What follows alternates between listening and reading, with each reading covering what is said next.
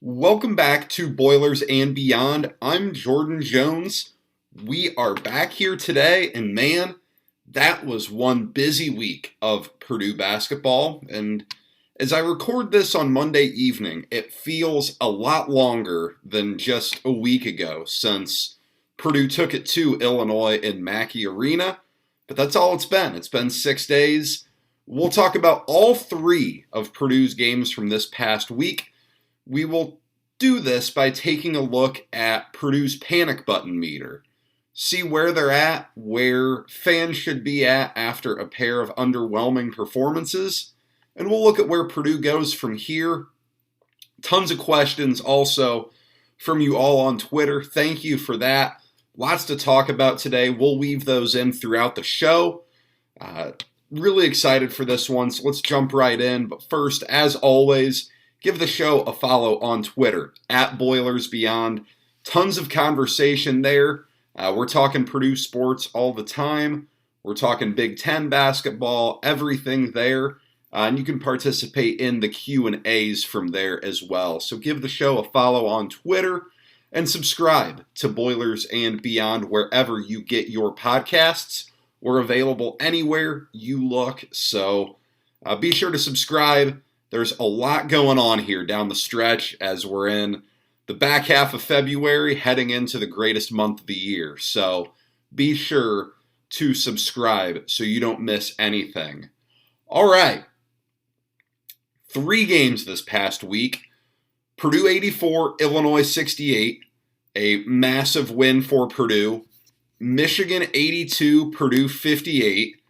And underwhelming butt kicking by Michigan that Purdue was never really in the game. And Purdue 62, Maryland 61. Perhaps the most head-scratching result of all 3 of those. Let's talk about them. And we are going to do this with the panic button meter. First time we're breaking this out here.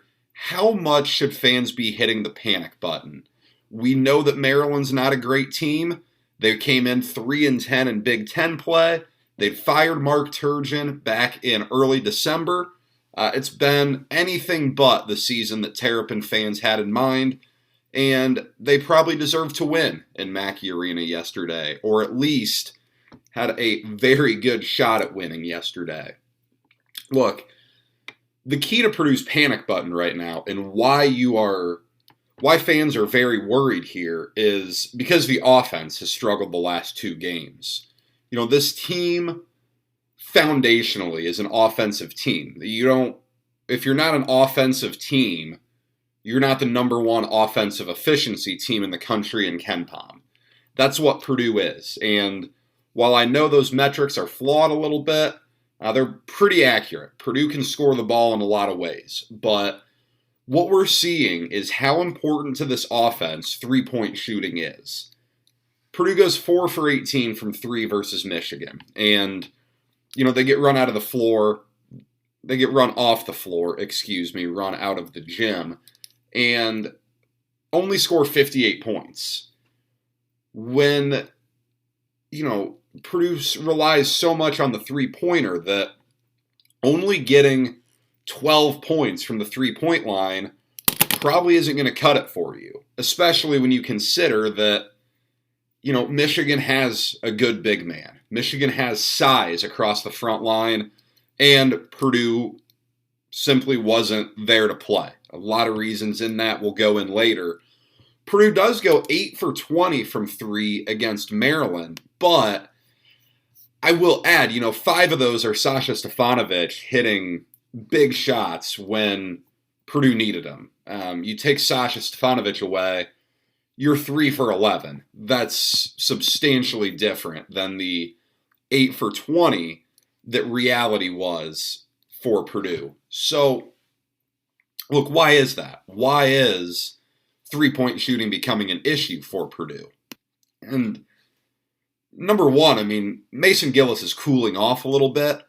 That is probably to be expected. You know, Gillis was above 50% from 3 for a while, for a good long while. That's probably not reality. And Mason Gillis is a good player. He's a good shooter, This is not a slight to him in any way. 50% from three is almost impossible to maintain over a long period of time, especially if you start increasing volume at all, which he's gotten more looks. Purdue's run a few things for him, not a ton, but they've gotten the ball to him on purpose at times. And that's just going to lead to more chances to miss shots at the end of the day. He's starting to cool off a little bit. Isaiah Thompson is an excellent three-point shooter. Since he went off for, what was it? Was it 18? Was it 20? Whatever he led the team in scoring with up at Iowa, he hasn't gotten a whole lot of looks. I think part of that is that if he's going to be a scorer, which I don't know that you really need, maybe he needs to run guys off the three-point line a little bit and get into that mid-range where he is pretty good. That may be, a potential thing there, but he hasn't gotten a ton of looks from three. He's a good three-point shooter. You want him to get looks. Eric Hunter Jr. has shot the ball well for the most part, but I think really Gillis cooling off, Thompson hasn't gotten as many looks, and Jaden Ivey hasn't shot the ball particularly well from three either. That might be a little bit of a revert to the median as well. I don't know how great of a three-point shooter Ivey is. At one point this year, he was up at 46%. Again, that's pretty high, especially for a guy who takes a lot of long threes and who takes a lot of threes off the dribble. I think maybe, this team is still a good three-point shooting team, but they may just be going through a bit of a funk here, and that's okay. That happens. That's basketball. Problem is, when the team's not knocking down threes, teams can really clog the inside and neutralize Purdue's big men. And you kind of see this when Jaden Ivey has put the ball on the ground the last couple games against Michigan and Maryland. As soon as he puts the ball on the floor and starts going to the rack, teams come in and they make him kick the ball out to an open shooter.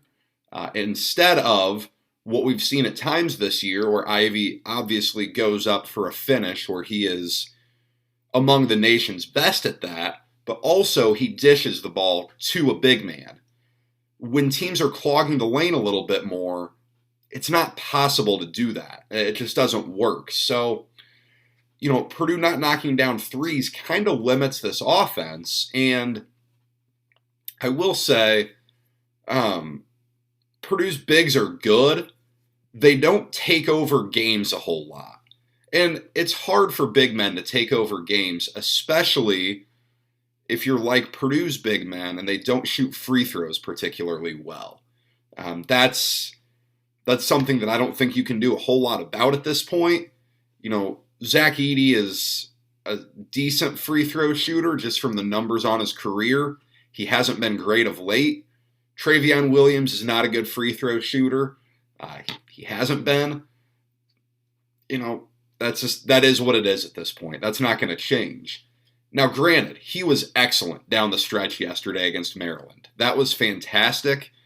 He put the team on his back there for the last couple of minutes, got some big baskets to keep Purdue in this, and ultimately ended up helping him win.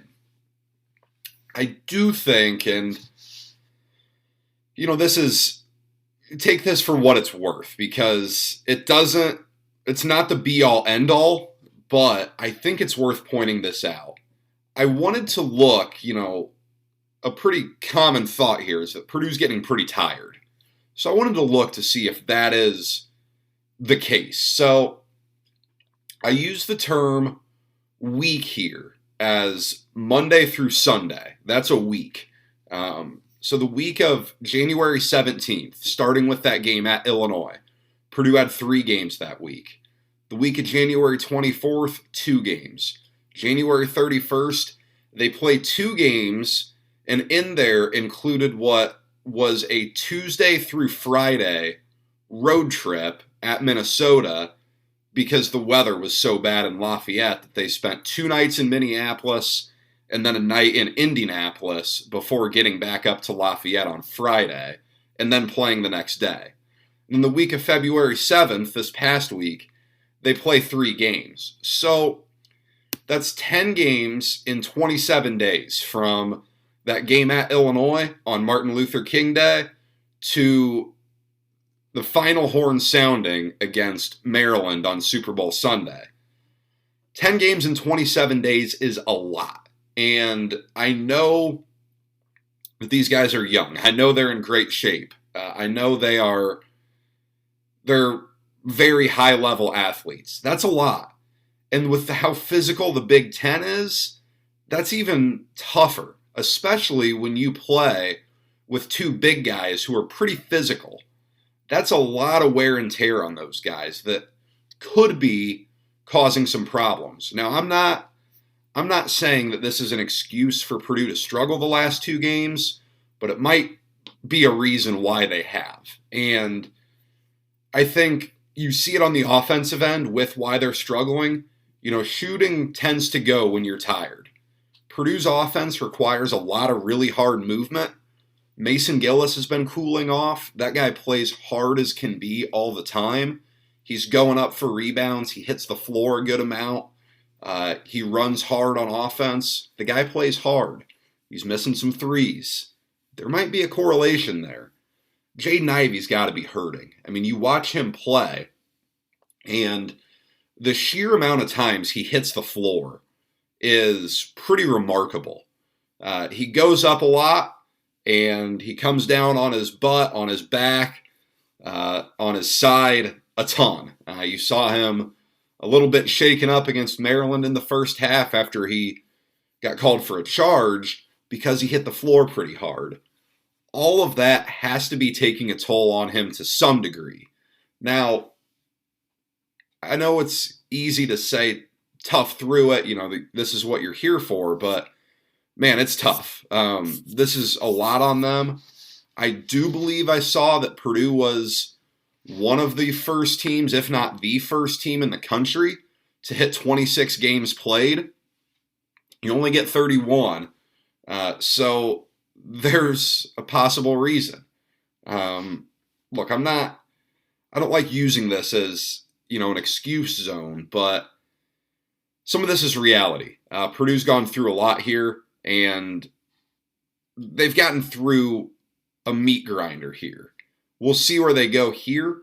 We'll talk about the upcoming week here more in a second, but, obviously after the Michigan game, the topic of conversation nationally was Purdue's defense. I know I'm a big fan of the CBS Eye on College Basketball podcast. Gary Parrish, Matt Norlander opened their show talking about Purdue's defense and how much of a question it is. Yes, and I think this week showed you one thing very clearly. It is not a coincidence at all that Purdue's defense, in my opinion, looked pretty good last Tuesday when Kofi Cockburn was on the floor the majority of the game. It's those teams that have a 5 that can stretch the floor that really kill Purdue. It's not teams that have a big guy like Kofi Cockburn. And Cockburn had a fine day. Cockburn had 18 points, only had, 7 rebounds, a pretty good day for him. But those are both under his average. He committed 4 fouls. You live with that. You hold him on to his, average under in points and rebounds. That's great. It's no coincidence, though, that Purdue did a better job on the defensive end when Illinois wasn't bringing their 5-man out and running the offense through him at the top. And when Michigan did that with Hunter Dickinson, either he got an open shot at the top of the key, or B, he gets the ball up at the top of the key, and either him or a guard facilitates it to a wide open layup underneath. Or they get the ball underneath, Purdue overhelps, and someone's open from 3. When you get those big men out of position down low, Purdue really struggles to get in the right spot. There's not much you can do about that at this point. That's a flaw of this team that I don't know that they can overcome. Now we see Purdue really struggle in ball screens as well, and that is partially because of the size, and I also don't think that Purdue's guards are great at stopping the ball. They have flaws. I think Eric Hunter Jr. is a pretty solid defender. I think he's your best perimeter defender. Isaiah Thompson's limited. He's smaller, struggles with screens a little bit. At the same time, he's in the right spot a pretty good amount. Sasha Stefanovic is not the most athletic guy on the defensive end by any means. He's in the right spot a lot. Sometimes he gets out-athleted, if that's even a word. Some guys are more athletic than him. That happens. He gets caught in help sometimes. That happens when your guards aren't great at stopping the ball, and your guy who plays the 3 or the 4, like Stefanovic or Gillis, have to come in and help with the ball. Jaden Ivey at times can get flat-footed on the defensive end. Ethan Morton's still learning a little bit. I think he has a pretty high ceiling long-term of what he can be on defense, but that's a process. So, you don't have a team full of great defenders. Now, what you don't get out of some of these guys on the defensive end, you get out and then some on the offensive end, especially Ivey and Stefanovic. Jaden Ivey is an All-American, no doubt at this point. The only question is he a first-teamer or not? He's fantastic. The offense is what it is because of him. Sasha Stefanovic is incredibly valuable to this offense. You see it in everything they run, and you saw it against Maryland when he knocks down 5 threes. I think almost all of them were on the same action. So, those guys make up for what they lack on the defensive end. And even then, Stefanovic this week had 2. The first one was against Ohio State. He had a big clutch block, I think. And then he had a huge one against Illinois as well, if I remember correctly. So, he makes some big plays on the defensive end at times, too. He plays very hard. While, yes, Ken Palm's adjusted defensive efficiency numbers can probably improve. And for those who don't know, that's kind of the metric that is being thrown around as Purdue's biggest obstacle as they look to, get to a Final Four or something this year. That number can get better. I think it probably will. You don't have a ton of dynamic offenses coming up on the schedule. I will knock on wood as I say that, but it's probably not going to get a ton better. This team isn't great on defense. It's very good on offense, especially when it's knocking down threes. And one thing that I do think hurts Purdue's defense, because they finished last year number 26 in adjusted defensive efficiency on Ken Palm. Right now, they're over 100. It kind of changes every day. I don't know what they're at right now, but I think it's still over 100. You have the almost exact same team as last year.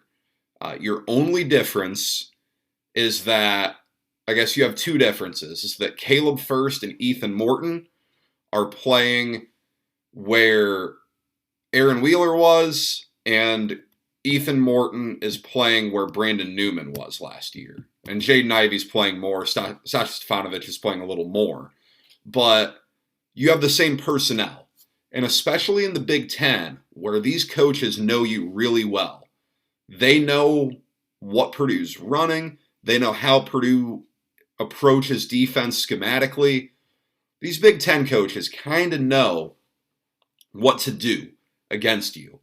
That doesn't help when you have the same team in there for the second year in a row, essentially. I think that could change in the tournament. Obviously, the lack of familiarity is going to help. I think that's an advantage to Purdue. But I think that may be something that has contributed to Purdue's struggles on the defensive end. It's just that these Big Ten teams know Purdue really, really well at this point. Few more thoughts from this week, kind of going into each game a little bit. Tuesday night, Purdue, Illinois. The atmosphere in Mackey Arena for that was electric. I've been coming to games for a while now. I will add, I was not at Mackey for 2017 versus Indiana when they set the decibel record in the arena. So I can't claim to have heard that. That was as loud as I've heard Mackey on Tuesday. The fans brought it. The student section was incredible. During that first half run for Purdue, it was nuts in there. That was awesome. I think a very big part of that is that Illinois is an incredibly easy team for opposing teams to dislike. I think we saw that clearly when Purdue's going on a run and then Brad Underwood throws his little temper tantrum about the shot clock. Probably something Purdue needs to fix, by the way. That's a problem. But that's not my area of expertise. Illinois is easy to dislike, so I think that helps things. I think you heard that with the overrated chant at Kofi Coburn. It is probably a little bit of a stretch, but hey, students are students. That was an awesome game. Jaden Ivey absolutely took over in that second half. I tweeted at the time, and I still kind of feel this way. That might be his first team All-American moment. And I know that's probably a phrase that doesn't ever get used, but it's like a Heisman moment in football, Mayu. That was a type of game with the whole college basketball world watching, the biggest game of the night. He goes out and takes over in the second half and leads Purdue to an easy victory. That was pretty remarkable. 48 hours later, Purdue was in a terrible spot. The reschedule of that Michigan game really hurt Purdue. I guess maybe at the time it helped Purdue. That game would have been played, I believe, right after Purdue went to Penn State and they won there. I think that was supposed to go Penn State, Michigan, then Nebraska at home on that Friday night. So Purdue got a rest there, but having to go to Michigan 48 hours after a very intense, emotional game against Illinois, that's pretty tough. And I know Michigan played 48 hours earlier as well. Something about playing at the Bryce Jordan Center against a Penn State team that's okay at best is a little bit different than playing in the game of the night in front of your home fans and winning it comfortably. Michigan's certainly a tough matchup as well. The rematch will always favor the team that lost the first time the teams played. So inherently, the advantage is on Michigan's side simply from that first game being played. That always helps. It's tough to beat a team twice, no matter who they are. It's even tougher when they do have some really good players. And I know they haven't always looked like it this year, but they have some good players. That was a big game for Michigan. They came out and they curb stomped Purdue. That game wasn't close. Then Sunday, Fats Russell was really good for Maryland. I know Purdue struggled with him quite a bit. They struggled with his speed, and that was the second time last week they struggled with speed. Andre Curbelo really, really hurt Purdue with his speed in that game on Tuesday night. I think, what did he finish with? I've got the stats here because he was really good. He finished with 15 points, and he was only 4 of 10 shooting, which kind of surprises me looking at it live now. But he got to the line, went 6 of 6 at the line, simply because he got past Purdue's guards. And he's really fast. Fats Russell was too. He did a really nice job of getting past Purdue's guards and getting into the lane. That is exactly what Maryland was hoping for when they got him from Rhode Island. That's a good player. They didn't get that early on this season, so they fired Turgeon because of it. He got a technical at one point in that game, which was really weird. But his speed is tough, and he did a really good job of attacking, especially when Purdue's bigs were up a little bit more in the lane, and he could beat them to that spot. I know there was a time or two in the second half when Zach Edey was up towards the free throw line. Russell initiates a drive, gets by Purdue's guard, and then he beats Edey to that point on the floor where he's putting up the layup. Edey can't block it. He can't get there in time. That's tough. That's part of it. That's part of where this team's going to struggle. I am very glad the out-of-bounds situation at the end of that game didn't cost Purdue the result. It was weird all around, and Matt Painter accepted responsibility for it right away, which I guess in reality is true. Purdue as a team probably should have known that, when the time had elapsed, that the ball's dead. You can't move. But I still don't really know why time elapsed. I know, obviously, there was a clock error because they brought it down, but there was no reason why that clock should have started until Eric Hunter's pass to Jaden Ivey was complete. The clock operator messed up. I don't know why that didn't just reset to 8.1 and instead went to 7.8. But Purdue did a nice job on defense on that last play. Travion Williams was pretty straight up. I don't know what Danny Manning was doing trying to tweet about that play. Something tells me the Big Ten office isn't going to love that. Very glad that didn't cost Purdue. That was awkward all around. And a nice job by Mason Gillis as well. He got on the floor after that shot fell no good and made sure that Maryland didn't get the ball back. That was excellent by Gillis. Very good job from Purdue on that last play. Purdue's seniors, as a whole, came up very big late. Jaden Ivey made a Jaden Ivey play, but that was after Travion Williams had a few huge buckets. Eric Hunter Jr., I believe, had a pair of threes in that second half that were huge. I believe Sasha Stefanovic hit, 3 threes in the second half? Yeah, 3 threes in the second half. Just massive. That's your seniors coming up big. Those are your guys who are going to do it in March. Jaden Ivey's going to be there, and it's going to be those 3 seniors who are going to put this team on their backs. Those guys care a lot. They've seen a heck of a lot. They've been inches away from a Final Four. They've been a run-of-the-mill team in the Big Ten, and they've been knocked out of the NCAA tournament early.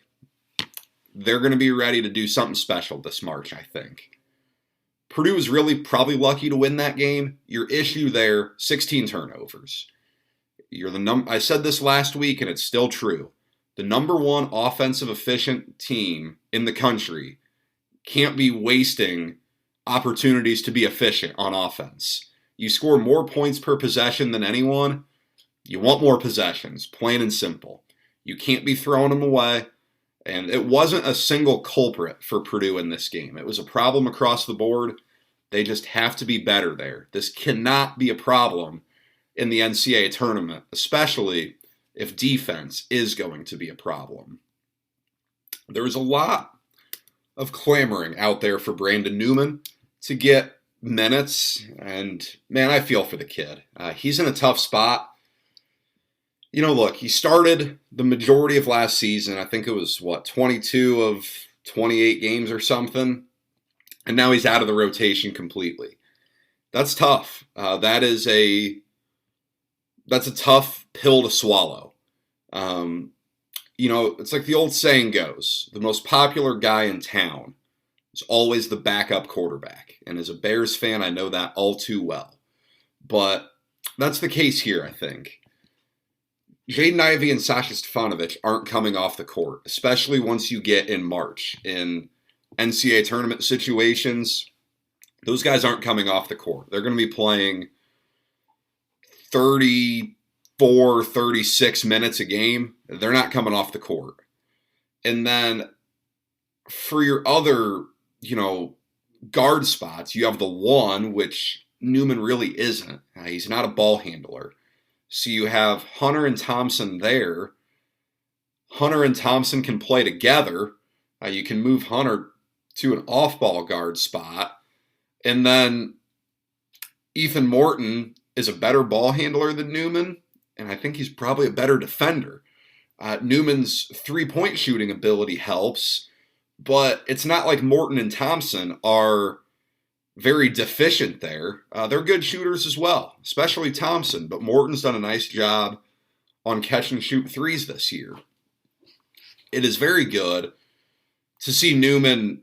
There's been two videos that have gone viral's not the right word, but gone around Purdue Twitter. Him getting up shots in Cardinal after the Illinois game, him getting up shots in Mackey after the Maryland game. That's always good to see. You can tell the kid cares, and the kid wants to be really good. And next year, he's going to have a boatload of opportunity to, because your three best guards are leaving. I think just looking back on it, that Rutgers game was really a turning point in his season. Purdue was struggling in the first half.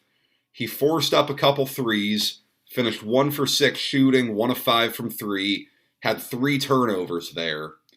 In reality, a 10-man rotation is pretty much impossible to pull off and still play your best players enough. Someone was probably bound to fall through the cracks. At this point right now, Purdue's got a 9-man rotation, and yesterday Caleb First played 3 minutes. Some games Ethan Morton doesn't get a ton of run. Isaiah Thompson's been around 10 to 12 minutes a lot lately. So what minutes do you give to Newman at this point? There just aren't minutes available. And it's tough, but that's probably the reality here. Final thought from this week. If Purdue doesn't win the Big Ten, that loss at Michigan is not the one that caused it. That loss at Rutgers, when you lost a late lead, is a killer. That loss at home to Wisconsin, who, God, I keep saying it every week, they're not that good, and then they go win at Breslin. But Wisconsin is not some dominant team, and watch, they'll go win at Assembly Hall tomorrow too, and make me eat my words even more. But you lose at home, give up 37 points to an opposing player. That's probably even worse than what happened at Rutgers. So I'm not going to point to that loss at IU. That's a rivalry game. Things happen there.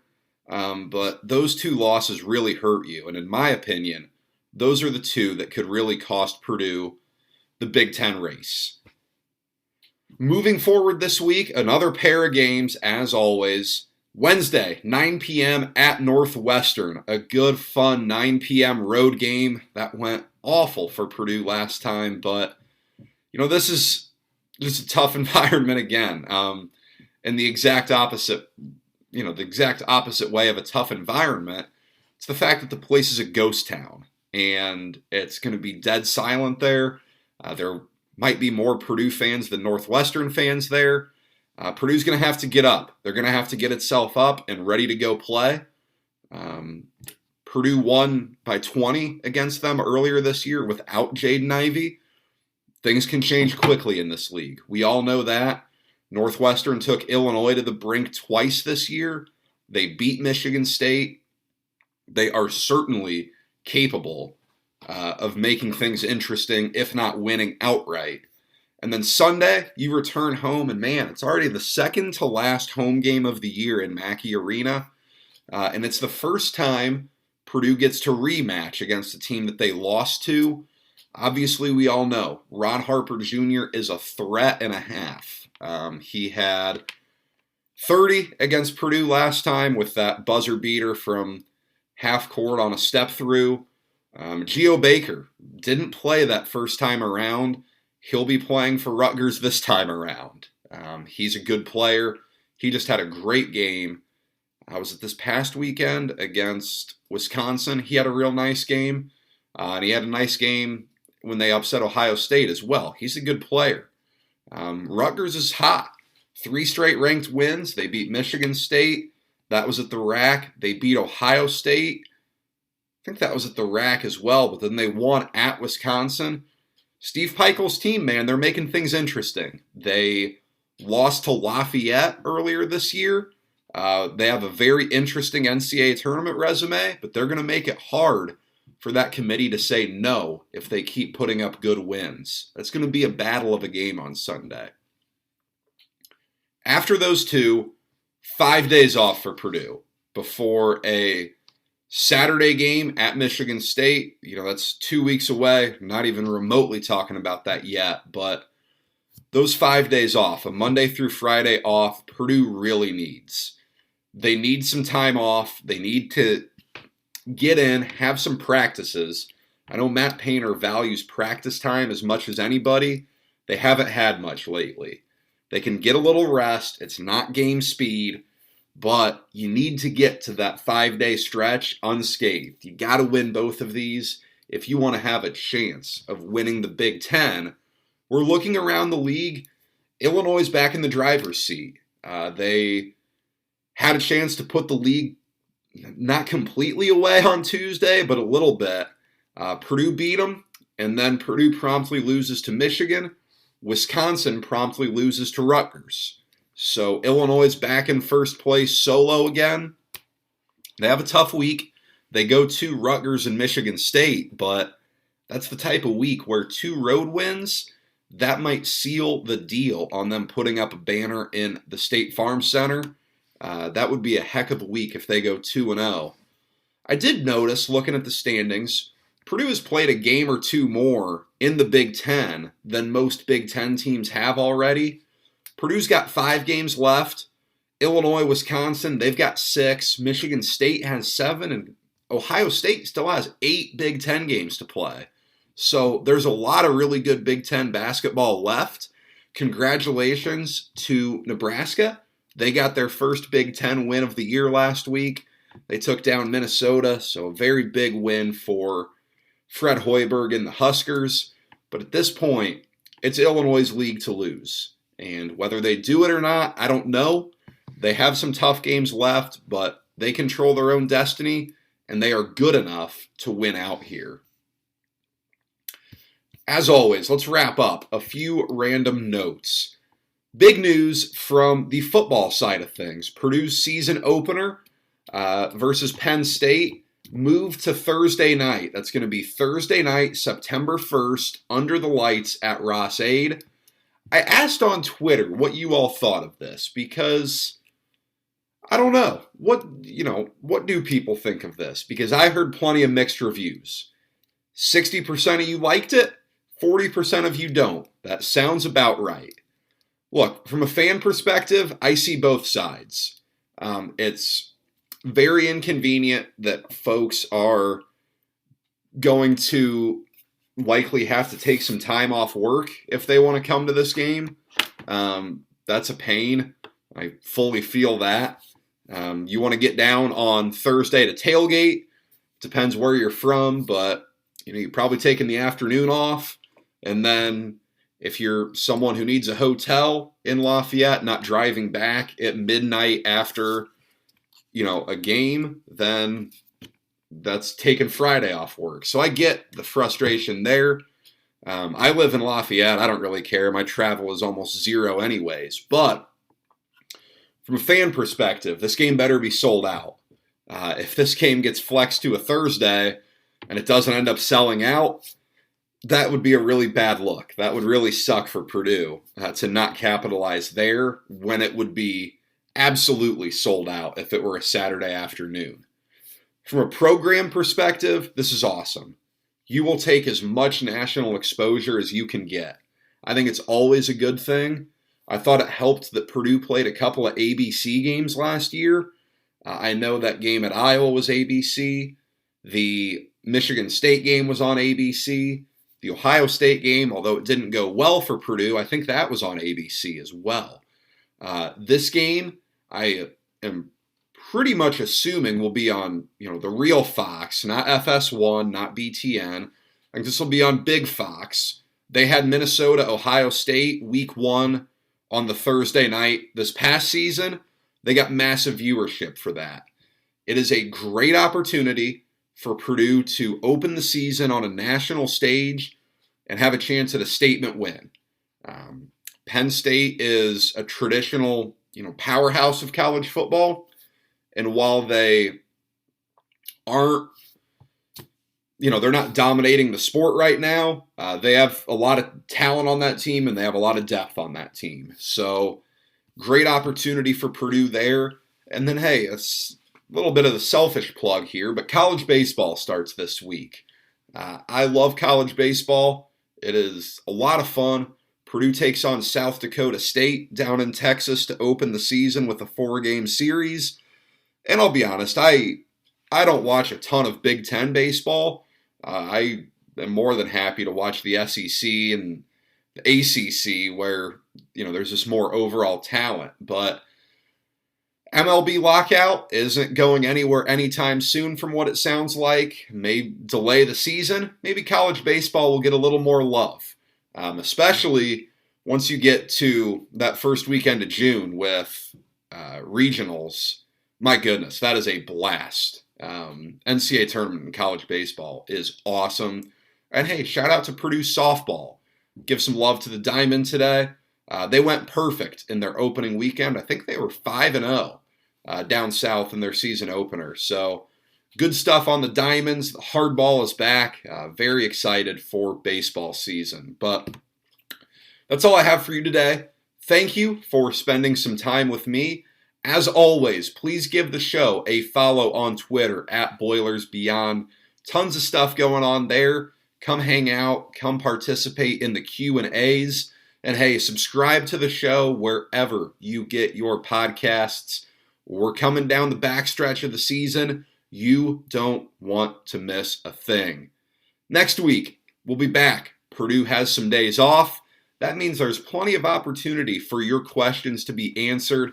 Send them my way whenever. Tweet them to me. DM them to me. However you want to do that. Until next week, enjoy a few games as we are less than a month away from the bracket being revealed.